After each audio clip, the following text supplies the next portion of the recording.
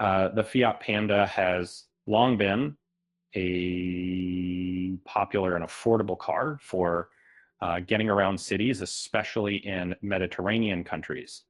Uh, uh, for generations, it provided families with their first taste of independent travel. Uh, it's known for being simple and practical inside without a lot of unnecessary features, but offering a surprisingly useful and charming space. The 4x4 version is particularly beloved by enthusiasts for its ability to handle rougher terrain. Um, Table of contents, although the current Panda runs on traditional gasoline, Fiat has launched a new Grande Panda, which offers gasoline, hybrid, and fully electric options. And the Grande Panda is a bit larger and has a completely new look, but it still focuses on providing great value and a fun, unique driving experience. And we're currently road testing the electric Fiat Grande Panda. It's powered by a 44 kilowatt hour battery and delivers 113 horsepower with 90 pound-feet of torque to the front wheels. A four-wheel drive version won't be available this time around, as it would significantly increase the price and reduce how far the car can travel on a single charge. Exterior, the classic Fiat Panda from the 1980s was a simple, boxy hatchback built for getting around town easily and affordably, and that's why it became so popular. The new Fiat Grande Panda aims to recapture that spirit with a design that includes nods to the original's iconic 80s look. Regardless of its name, the Fiat Grande Panda remains a compact car, and its design focuses on making it as useful as possible. While it includes nods to the original Panda in its appearance, these are understated and don't compromise the car's practicality. The new Fiat Grande Panda has a strong, bold front end with a tall bumper and prominent air vents. Its headlights are connected by a thick black line, and they illuminate with a unique pixelated pattern. This design gives the car a distinctive look and subtly evokes the retro low-resolution graphics of the 1980s. Just above the license plate is a narrow stripe intended for cooling, though it seems unnecessary for this electric vehicle. To the left, you'll notice the classic Fiat logo, 4 horizontal bars that haven't been used in a long time. This retro detail appears in a few places on the Grande Panda, always in a subtle way, and Fiat doesn't draw much attention to it. The dark line running between the car's headlights isn't just for looks. It hides the charging cable, but press the large Fiat logo and a small opening appears, letting you pull out the cable and connect it to a charger. This smart design means you don't have to keep a charging cable in the trunk, and it's a really innovative idea that other car companies will likely copy. You can instantly recognize, the Fiat Grande Panda from its side, thanks to the large Panda lettering pressed into the doors. Its overall shape clearly echoes the original Panda, featuring sharp lines and a boxy hatchback style. The black door handles create a nice contrast against the yellow door. However, it's a bit of a letdown that the car doesn't offer keyless entry or start features that are common in modern vehicles. The car has attractive 17-inch alloy wheels with a distinctive four-spoke design, while higher trims get these alloy wheels. The more basic models come with steel wheels. Our test car was equipped with Goodyear Efficient Grip Performance 2 tires, which were a great match for the vehicle. And Fiat is well known for the Panda's surprising off-road capability that is the new Grande Panda features bold black trim around the bottom of the car, hinting at similar adventurous potential like previous models. It also includes the classic Fiat logo on each fender. The Fiat Grande Panda's tough look can be enhanced with optional roof rails, which add a stylish touch to its exterior. The front windows roll all the way down, while the back windows only slide down a little bit. The window frames finish with a bold black piece featuring the Fiat logo. Interestingly, depending on how you look at it, the logo can appear as either the word Fiat or the brand's four-slat emblem, a neat design detail. The back of the Grande Panda has a unique boxy shape that fits the car's overall style. The trunk features a large indented Fiat logo with Panda written on the opposite side. Simonet's interestingly, the car doesn't actually display the Grande name anywhere. Fiat likely wants to leverage the well-known Panda brand and keep things simple. The car's taillights are housed in a large protruding unit, and they feature the same pixelated design as the headlights. The back bumper is black, but has a small chrome strip designed to look like a shield. You can also still see the older company logo subtly placed to the left of the license plate. Interior, Fiat prioritized eco-friendly materials inside the car using recycled plastics and bamboo. Fiat, while the interior feels surprisingly solid for an affordable vehicle, some of the materials used don't feel great to the touch and come across as low quality. This is typical for cars in this price range, but it's still not ideal. The interior is designed for comfort and ease of use. Once inside, you'll find the seats are soft and supportive, and all the controls are clear and within easy reach. The seats feature, a stylish blue and white design, and you can customize them with a variety of colors and fabrics. Our test vehicle's steering wheel has a two-tone color scheme and a flat top and bottom.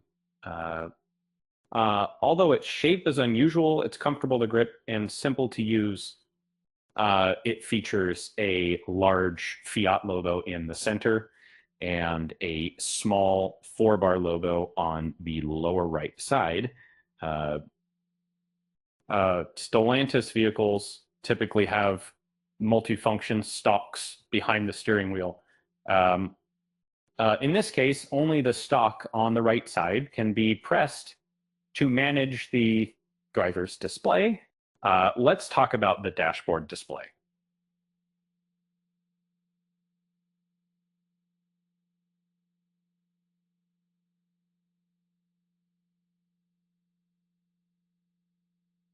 Well, it shows some essential driving information. It's quite limited.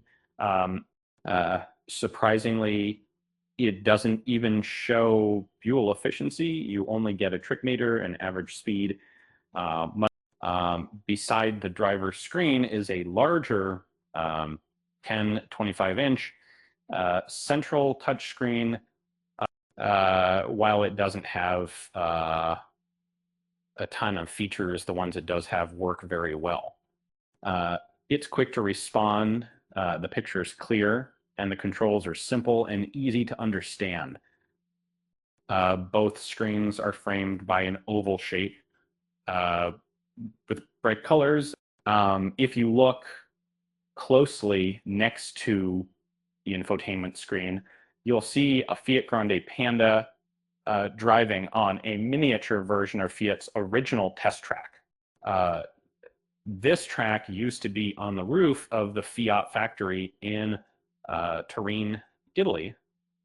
While it's no longer used, it's a special nod to Fiat's history and how the Grande Panda continues that legacy. The top glove box is made of bamboo fiber and extends outward, and it's simply extra storage for things that don't fit or that you prefer to keep separate from the standard glove box above your passenger's knees. The dashboard is framed by two large storage compartments. These are handy for keeping frequently used small items within easy reach. There's even a small open storage space extending to the left of the steering wheel. The central control panel manages the air conditioning system. It's straightforward and easy to use, though it doesn't have any advanced features. Thankfully, heated seats and a heated steering wheel are included, which is a nice bonus considering the car's affordable price. Underneath the AC controls, you get two USB-C chargers and a 12-volt outlet. Even more importantly, this car has easily accessible buttons to disable lane keeping, assist, and speed limit warning. Features now required on all new vehicles. Fiat has prioritized making these systems simple to turn off. You can find more information about why these assistants are mandatory and potential issues they can cause in our detailed article, which is the same car as the phone feature. The car's center console features a wireless phone charger that actually works well, a pleasant surprise, since many built-in chargers we providing a fast charge. The center console is very spacious, holding only the gear selector and parking brake. This feels like an inefficient use of space, and the glossy black trim is likely to show scratches quickly. The console's oval shape is a nod to the famous roof rack design of the original Fiat Panda, but without the car actually driving on it. The cup holders are adjustable. You can change their size to fit different cups, or even remove them completely to create extra storage space. And while this is a smart idea, it's not perfect, as most drinks don't fit securely and could spill. And on the plus side, large bottles fit easily, and the center console moves and opens to provide even more storage options.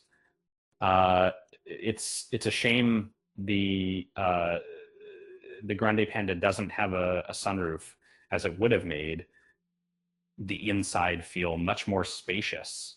The car also lacks mirrors on the sun visors. Well, it might not seem like a big deal. Some drivers may find this inconvenient. The door sills are mostly made of cheap-feeling plastic. While they have a stylish look and prominently feature the Fiat logo, the materials suggest that the manufacturer costs too much in this area.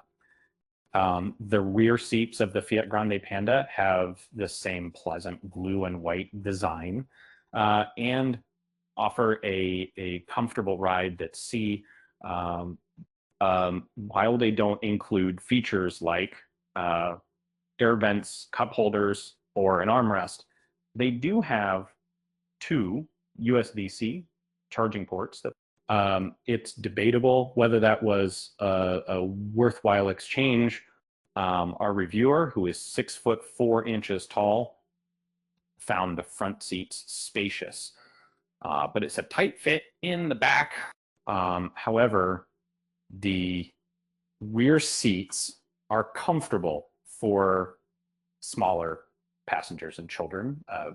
While some competitors like the Hyundai Inster offer a bit more rear space, the Grande Panda still provides adequate room. Headroom is quite generous, and even our reviewer is left with some space to spare. Storage and practicalities. The Fiat Grande Panda has one of the largest trunks in its class, offering 12.7 cubic feet of storage space with the back seats in place. There's also a small hidden compartment under the main trunk floor, perfect for storing small items alongside the tire repair kit. Folding down the back seats gives you a lot of cargo room, 46.4 cubic feet, which is plenty of space for large items.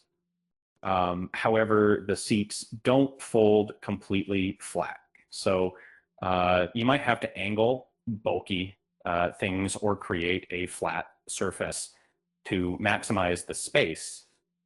Unfortunately, this model doesn't have a front trunk, which reduces cargo space a little, cameraman, but you won't need to store charging tables inside the car because the cable connects directly from the vehicle's logo.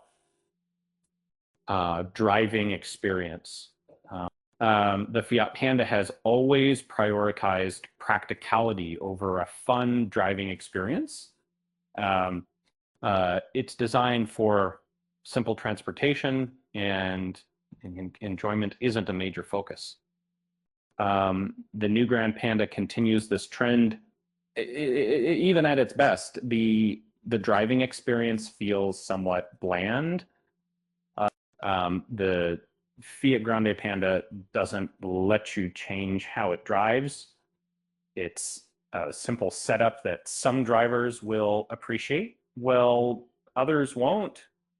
The steering feels a bit loose and doesn't provide much feedback, which is actually ideal for city driving. It makes quick turns easy and helps with everyday commuting for a car in its class. The handling is exactly what you'd expect. The battery lowers the car's center of gravity, which helps it feel stable and secure when cornering.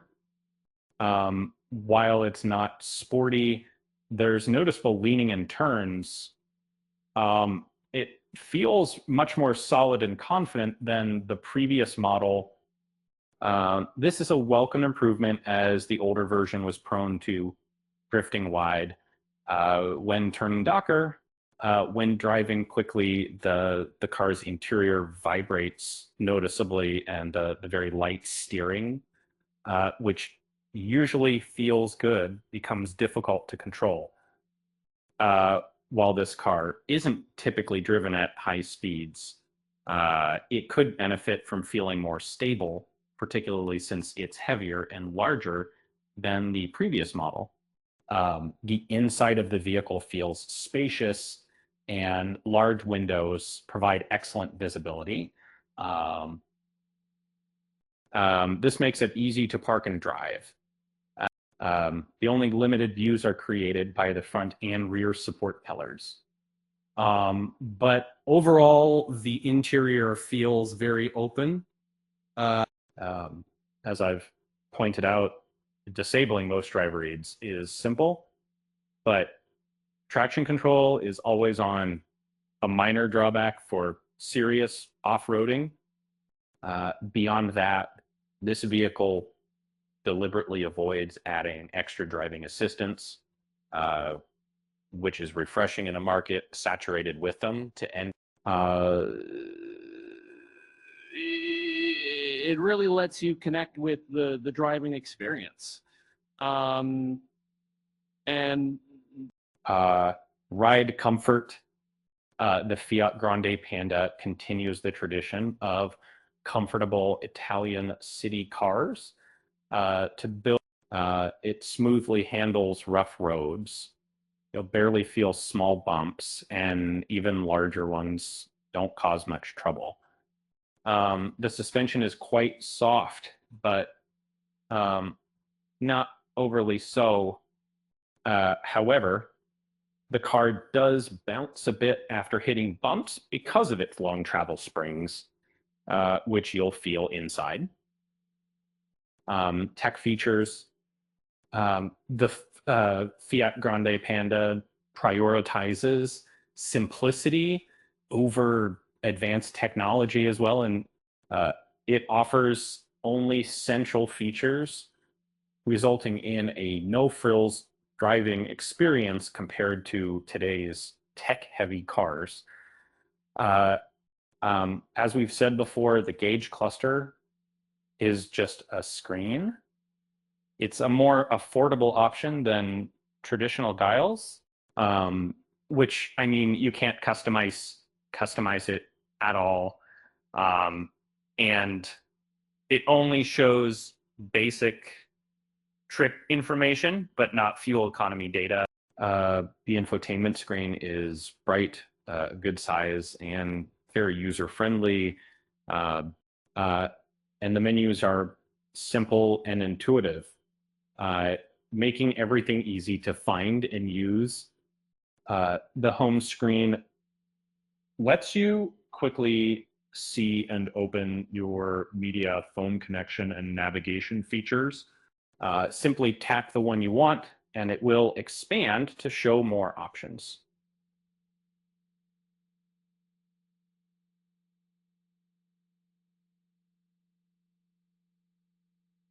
While it appears like you can arrange things yourself, this area isn't customizable.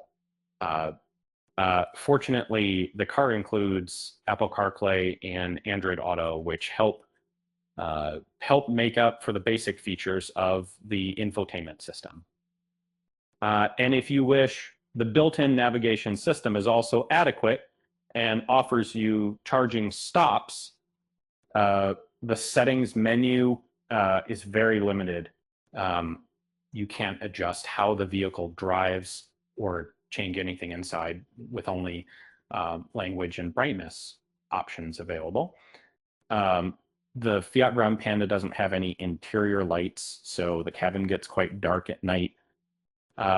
It feels a bit dated and gloomy, though it's still generally comfortable. Cabin noise.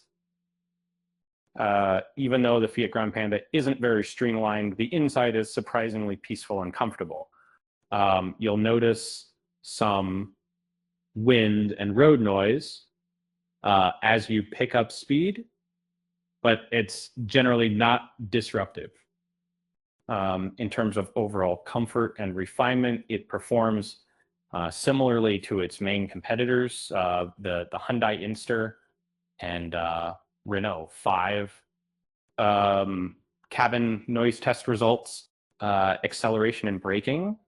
The Fiat Grande Panda isn't built for speed, with just 113 horsepower and 90 pound-feet of torque.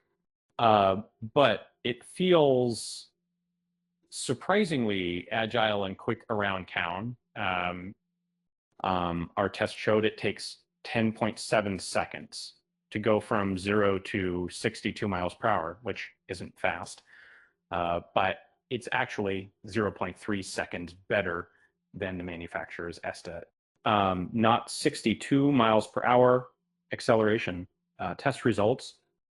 Reliable brakes are essential for city driving because unexpected situations often occur.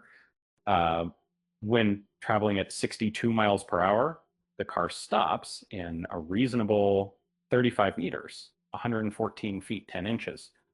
While it doesn't offer full one-pedal driving, meaning you'll still need to use the brake pedal for complete stops, you can usually rely on the car's regenerative braking system for most everyday driving.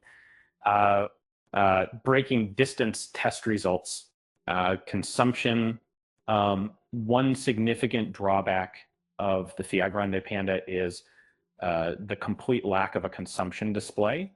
While the car lets you change between miles per kilowatt hour and kilowatt hours per 100 kilometers, this information isn't shown to the driver at all. And this was a major issue for us, preventing us from running our standard efficiency tests and creating a dedicated range review. As a result, we can't compare the Grande Panda to its competitors, which is disappointing. From my experience, getting the advertised 199-mile range on a single charge really depends on how you drive. It seems you have to be super careful, mostly sticking to lower speeds and avoiding any quick acceleration to actually hit that number. It's definitely achievable, but not under normal everyday driving conditions. Charging speed. The Fiat Grande Panda can charge it up to 100 kilowatt using a DC fast charger. It's not the quickest, but reasonable for a small car with a smaller battery. And while charging from 20% to 80% takes 32 minutes with a fast charger, most city cars like this are charged at home. Using a common 7 kilowatt home charger, it takes around 3 hours and 42 minutes to charge from 20% to 80%, or 2 hours and 55 minutes. With 11 kilowatt charger, both of which are excellent times for home charging. Competition, car companies are increasingly making electric versions of small cars, especially in Europe and Asia. Because of this, the new Fiat Grande Panda electric car will face a lot of competition. The Citroen EC3 is the Dacia Spring's main competitor. Both cars share the same basic design, making them similar options for affordable electric vehicles. While the Citroen has a more eye-catching exterior, but a simpler interior, the Dacia offers more storage. However, the Citroen is less expensive and sits higher off the ground. We also compared the Hyundai Inster, which we recently tested. The Inster is a brand new car focused on being highly practical and easy to use, while the Fiat Panda has a more familiar look and a more stylish interior. The Inster is the more sensible option, though the Panda appeals more to your feelings. Verdict: the new Fiat Grande Panda electric car builds on everything that made the original Panda so popular. It's small, affordable, and designed for everyday use. While it has a playful look, its main purpose is to provide simple, comfortable, and budget-friendly transportation. The Fiat Panda has a unique vintage modern look that feels current and appealing. And then despite its bold design, it remains a practical car, offering good value for its size and price. And Fiat successfully launched the electric Grande Panda and has every reason to be pleased with it. It was, if you're looking for a new small car for daily driving, uh, we definitely recommend taking the Fiat Grande Panda BEV for a test drive. Pros, cons.